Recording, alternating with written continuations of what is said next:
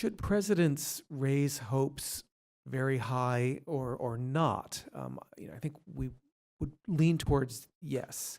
We expect our presidents to lead us in moral and idealistic ways, as well as to be wise geopolitical strategists. And we heard a lot about the gritty reality on the ground in 1919. I appreciate how much you enlightened us on those subjects. But something was working for Wilson. He talked about things no global leader had ever really dared to talk about. I mean, certainly no one who'd lasted very long at the head of a European country had talked about the right of the people to elect their leaders. I mean, the French Revolution had tried to say that. It didn't last that long. And the rights of small countries, very important point that Wilson kept talking about, freedom of the seas, which our ally England didn't care for very much. And he was articulating a vision of a moral order. And that, as Era's just said, seemed to be all the more reason for people to really hate him afterwards, because it failed so obviously. And I'm thinking a lot about current events right now. Also, we had a president who obviously seemed to stand for moral principles between 2009 and 2017, and now that's much less a part of U.S. foreign policy. And what do we want? Do we want elevated expectations that we have trouble living up to? Do we want just cold realism? Wilson's failure, I think, is a sobering reminder of the peril in a president trying to raise expectations too high. So perhaps you could comment on that. I go back to this notion of analysis and program rather than promise. I mean, it was never phrased as, I promise you that this is going to happen. It was more phrased as, this is a situation, it's really dire, it's really revolutionary, and the war proves it. And unless we do something very radical, that was the idea, but nevertheless, reformist rather than revolutionary, we're going to have things falling apart, which is precisely what Yeats wrote immediately as this was happening. And so I think actually his analysis was not wrong. It was not unique to him, by the way. As I said, it was shared by Lenin. It was shared by many others. And it turned out that he didn't succeed in staving off the revolution, the revolutions that he wanted to stave off.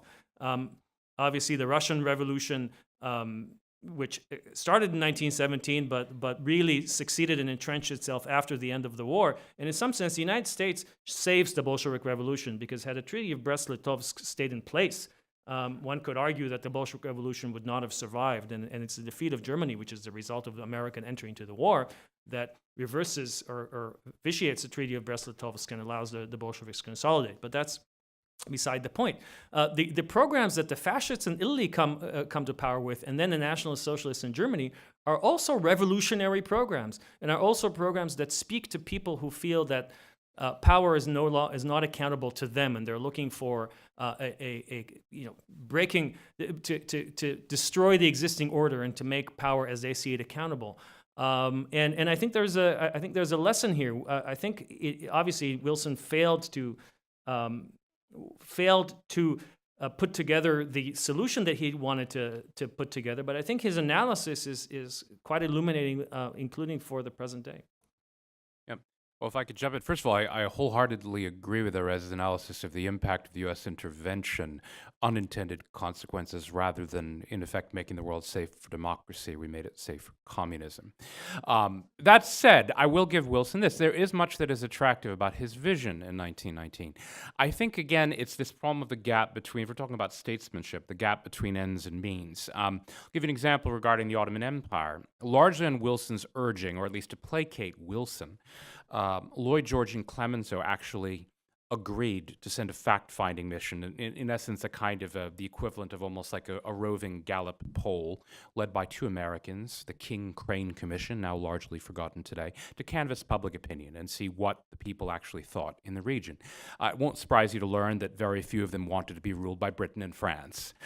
To the extent they had any favorable views of any Western power, it was the United States, but that was kind of largely vague, and because these were two Americans, probably they're just kind of telling them what they want to hear.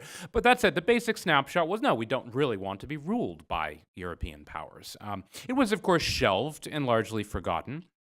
However, the interesting what if here is that had Wilson decided that the U.S. did want to impose a juster sort of peace treaty, which did take more into account the wishes of the peoples concerned, their desire for accountable, or at the very least, more locally responsive governance, this would have actually required some sort of a troop commitment. That is to say, the U.S. probably would have had to taken up some of the mandates for the Middle East, which in the end the U.S. did not do. Or let's say in Eastern Europe or in Russia, the U.S. did intervene half-heartedly in the Russian Civil War. U.S. troops saw virtually no combat, depending on how exactly you define combat. Now, I'm not saying it was a good thing necessarily for the U.S. to make a massive troop commitment to Russia. But if the U.S. had wanted to shape the outcome there, then probably some sort of military commitment would have been desirable. The same thing goes for Europe writ large, where the U.S. in essence mobilizes an army of 4 million, and that's why everyone thinks Wilson is all powerful. Also because of the financial leverage, because the U.S. has become the banker or the broker or the financier of the Allied coalition. The U.S. does have leverage, it does have power, but then if essentially it demobilizes, and the troops, nearly all of them came home. So that in the end, the power, the leverage to impose some sort of a juster, more sensible, more sensitive, might even be a better word, peace settlement, would have necessarily had to have been premised on a U.S. troop commitment. You might say that both Roosevelt and even to a greater extent Truman, I think, learned that lesson after the Second World War, where they decided if they did want to shape the world order more to the liking of American principles, they actually did have to make a really broad and frankly expensive security commitment.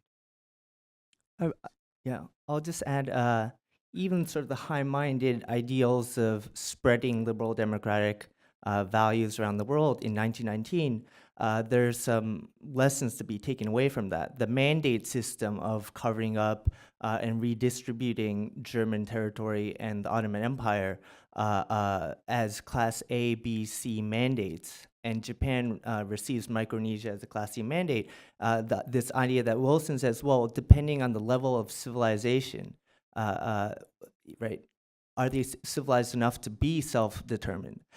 This sort of arrogance and obviously this idea that this American Eurocentric value should be spread clearly in the 90s, post winning the Cold War, there's been this extra confidence that the U.S. can go in and hopefully promote its own values. That kind of arrogance of who's civilized, who's civilized enough to rule themselves, and this paternalism, I think, unfortunately, still exists today.